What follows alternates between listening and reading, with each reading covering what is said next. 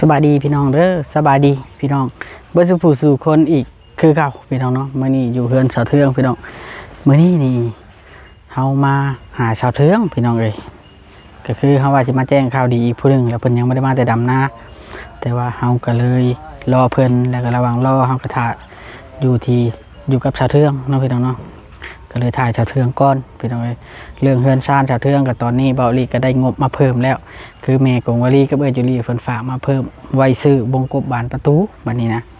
ก็คือ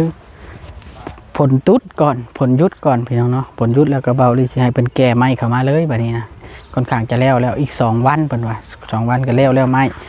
เบาหลีก็สิไปเลือกเบิ่งตัวใดเลือกเอาว่าซั่นซะตัวใดมันงามเฮาก็เอาแล้วก็เลยรอเพิ่นแก้ไม้เข้ามาเบิดแล้วเบาดีสิไล่เบิ่งว่ามันบ่พอเท่าใดใหม่นี่เฮาก็สิไป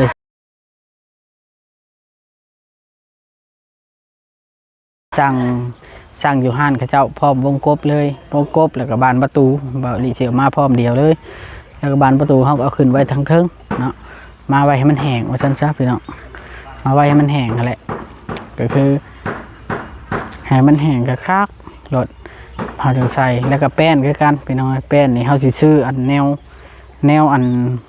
อิ่วนะไม้อิ่วนะเล็กอิ่วนะเล็กครบเสือครบเล็กเขาเจ้าเอิ้นว่าเสือครบเล็กมาครบเข่าให้มันแจบกันเฮาจึงตอกเนาะเอาเทื่อละอย่างคือไม้ได้แล้วบานประตูกับวงกบนี่ได้แล้วสมมุติว่า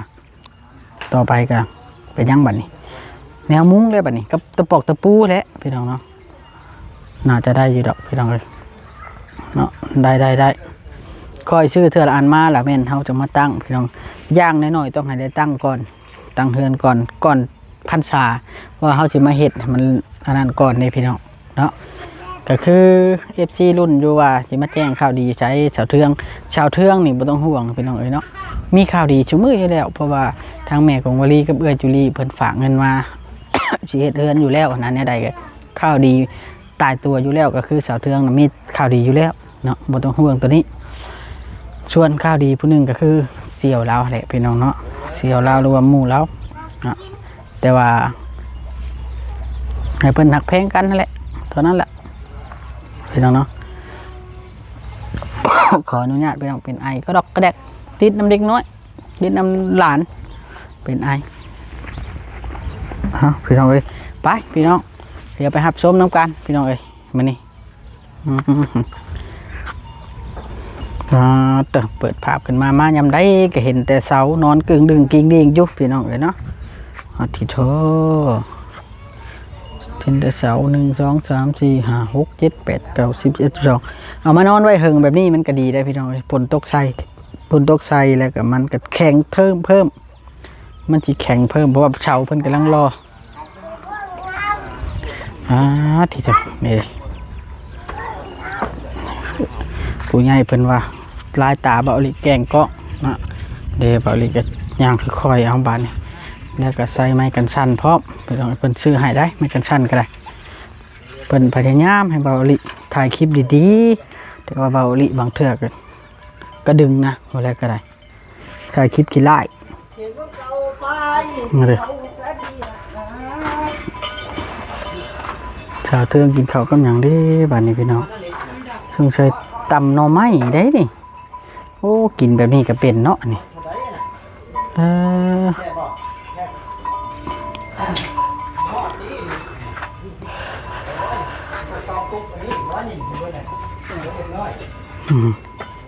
อันนี้พอได้น้ำใส่เสยนี่ก็เนาะพี่น้องเนี่ยพอได้น้ำใส่เสยเวลาเอารถใหญ่มานี่พี่น้องเข้ามานี่แหละสิขวดรถบาบอสก็ขวดรถบาลิก็ขวดรถขวดร้ายแหละบาลิเลยบ่เอามาเนาะมันแห้งเพื่อแรกจะเอามาได้นะสบายดีเด้อสาวเทืองเด้อโอ้บ่หอนบ่เนาะบาด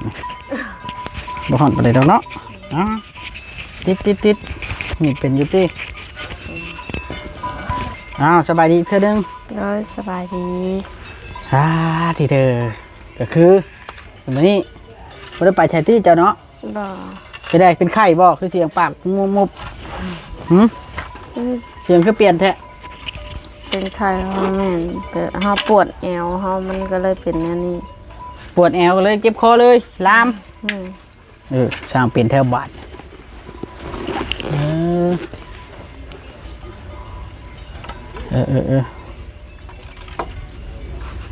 เป็นอะไรอันชาวลีบ่ได้อยู่เฮือนบ่มื้อนี้บ่เพิ่นไปซอยเวียก5-6 โมงพุ่นนะประมาณนั้นโอ้เพิ่นไปซอยเวียกผู้ใหญ่บ้านดำนาซอยเพิ่นถือว่านั่นอยู่ได้นี่เนาะถือว่าขยันอยู่ได้เราก็เนาะดูบ่แล้วดูบ่ดูอะไรดูอะไรล่ะเห็นหันเห็นนี่หาอยู่หากินหาเงินหาคำก็ดูอะไรเราดูเราไปอยู่หันเนาะรับจ้างเนาะแม่นมีบอลใดมีเขาจ้างเราก็ไป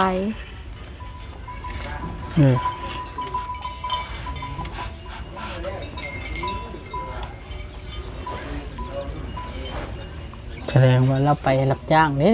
ลูกเต้าเราก็ได้แม่นเพราะว่าไปดำหน้าเอาข้าวมากินนะเพิ่นบ่มีข้าวเอาข้าวมากินแม่น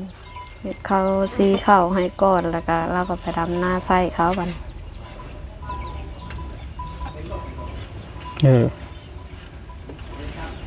แล้วยืมข้าวเจ้าพร้อมบ่40 โลบ่แม่นเราบอกว่าเอาไว้สิว่าบอกใครอยู่ดอกเป็นยังดอกคะแนนเว้าความซื่อผู้ใหญ่เพิ่นมักคนมาเว้าแต่ความซื่อแหละ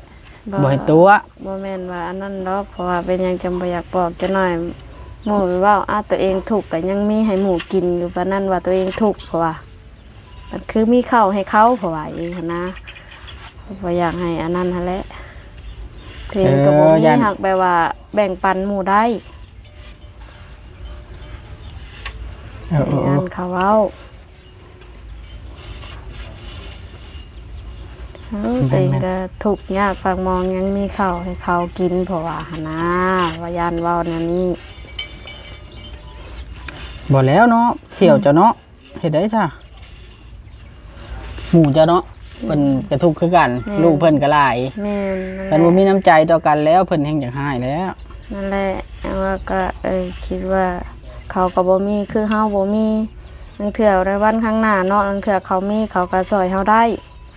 นี่เฮาก็ช่วยเขาได้เฮามีซำใดเฮาก็ช่วยเขาได้แบบนี้นะ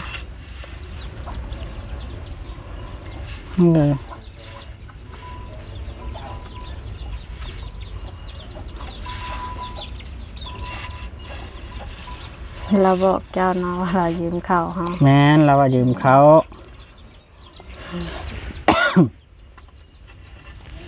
พังเบิ้งเพิ่นก็น่าจะได้รับข่าวดีอยู่ดอกมื้อนี้นะค่อยสิมาแจ้งข่าวดีแล้วเรื่อง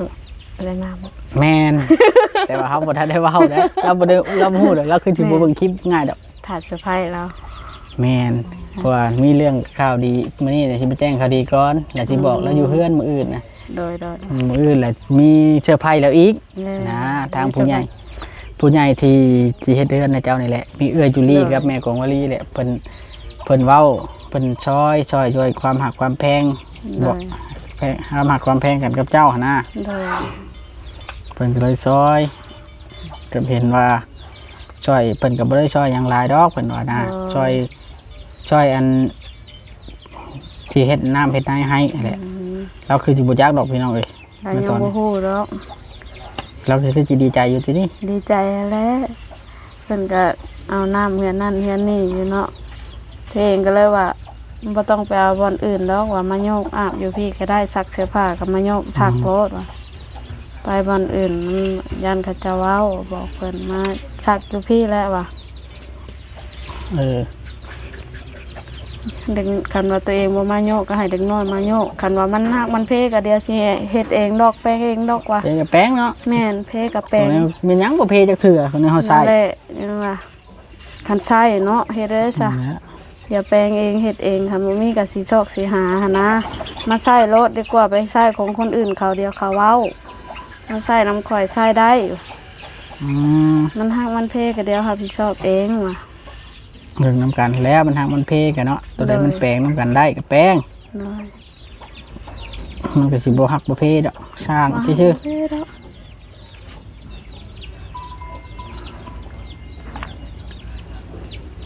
่อเพิ่นก็มาซักเสื้อผ้าอยู่พี่ไปซักก่อน ๆเพิ่นอยากอายเพิ่นว่านะกันแต่ข่อยอยู่แล้วเพิ่นบ่มาเพิ่นเนาะ เพิ่นอยากอายเห็นอยู่เพิ่นเว้าอยู่ส่วนนั้นแล้วก็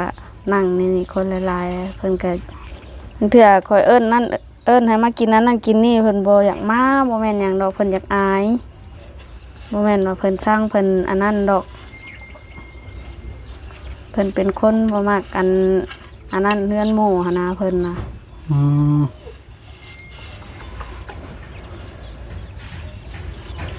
มันเก่งเพิ่นมาก็มาแต่ในนี่แหละบ่อนอื่นเพิ่นก็บ่ได้ไปดอก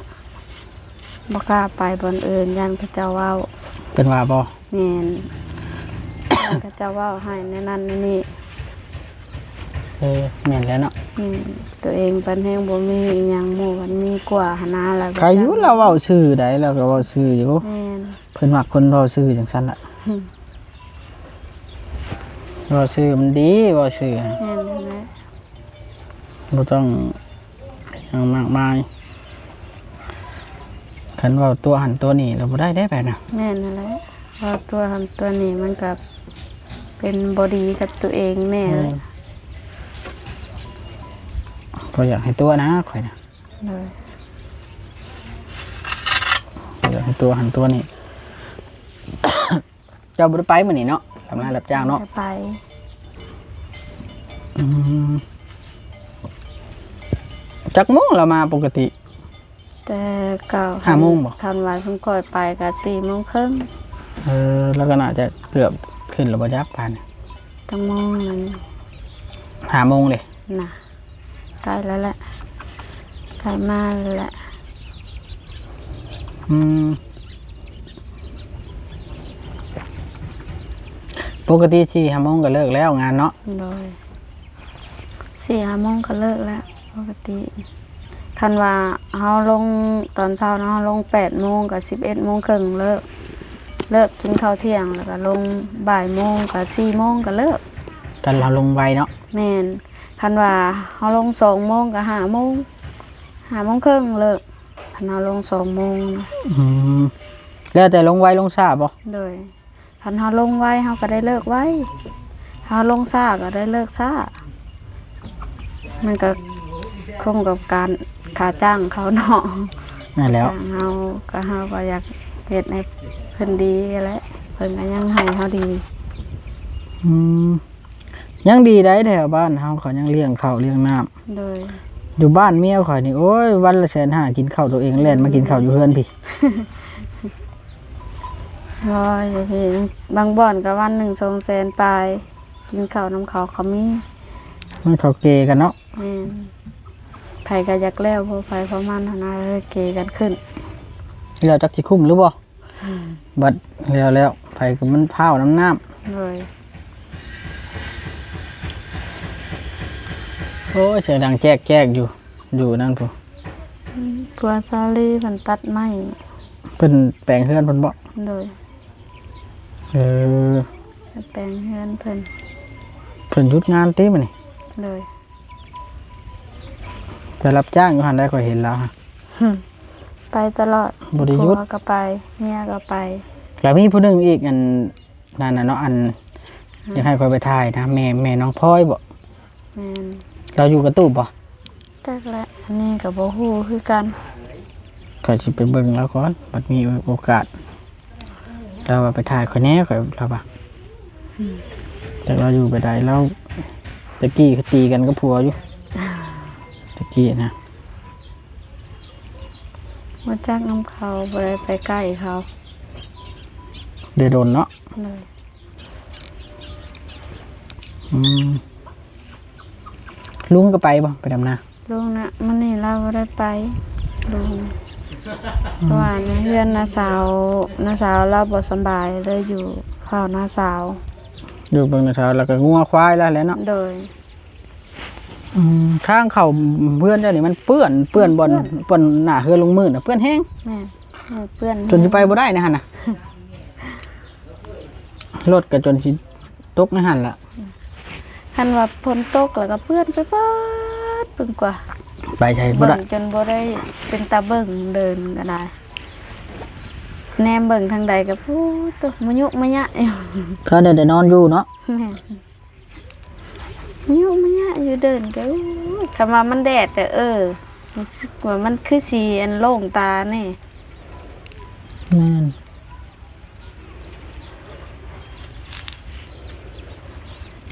คันมันแดดก็โอเคอยู่เนาะ เมื่อวานนี่ไปหับนะสาววานนี่เพิ่นมาแต่หาเฮ็ดละโงูเฮ็ดหยังเฮ็ดเพิ่งกำลังอันเอาเฮ็ดมาแบบถามหาบ่าโอไปใช้อ้ายบ่เพิ่นเมื่อเลยอ้าว เจ้าไปนั่นน่ะบ่ แม่น ผลบ่นี่เบื่อข่อยก็มื้อซะข่อยก็ได้ ซาว่าแล่นไปเอาเฮ็ดมาให้ก็ยังบ่ทันเนาะ เจ้าไปได้น่ะขี่รถไปบ่ ขี่รถไปหับเราอยู่โคกผู้เอารถจักรเราหาแหละ อืม รถจักรเราไปหับเราอยู่โคกผู้มาแล้วก็ โทรมาบ่ แม่นมาทำบ่าโอไปใช้อ้ายเพิ่นเมื่อแล้วอ่ะอ้าวไปเห็นหยังเราถามห้วยสิเอาเฮ็ดไปให้เราหั้นแหล้วอ่ะให้เรามาต้อนเมียเราอ่ะเฮ็ดอีหยังอีเมียสาวได้หลายว่าเพิ่นได้เฮ็ดละโงกแน่เฮ็ดเพิ่งแน่ โอ้เราได้เนาะ เฮ็ดปวกน้ำ มันออกเนาะ นี่หาน้ำไม้มากับบ่ทันเพิ่นหาเอาเฮ็ดมาให้ก็ยังบ่ทันเนาะว่ะเอ้า ใครอยู่เฮ็ดน่ะมันค่อยได้กินอยู่เฮ็ด อืม เฮ็ดกออยู่ดิ กินเฮ็ดก่อนะ บ้านเจ้าก็มีบ่ บ่ กินด้วยกันบ่บ้านเจ้าก็ กิน เฮ็ดกอเฮ็ดแดงๆอะเด้ รู้จักเฮ็ดก่อดอกนานาดอก แม่น แดงนานา เฮ็ดน้ำหมากน่ะมันดอกบางอะนะ แม่นเฮ็ดน้ำหมากแล้วมันสิเป็นดอกบาง ขอยย่านเบื่อได้เฮ็ดน้ำหมาก ๆแล้วเพิ่นดอกบางๆแล้วเพิ่นนี่ผัดสิอันนั้นนั่นไว้เด้ อืม เน่าไว้เพิ่นนี่น่ะแต่เฮ็ดก่อนี่ งานเอาเนาะ นานเน่าได้ มันแข็ง โดย อืม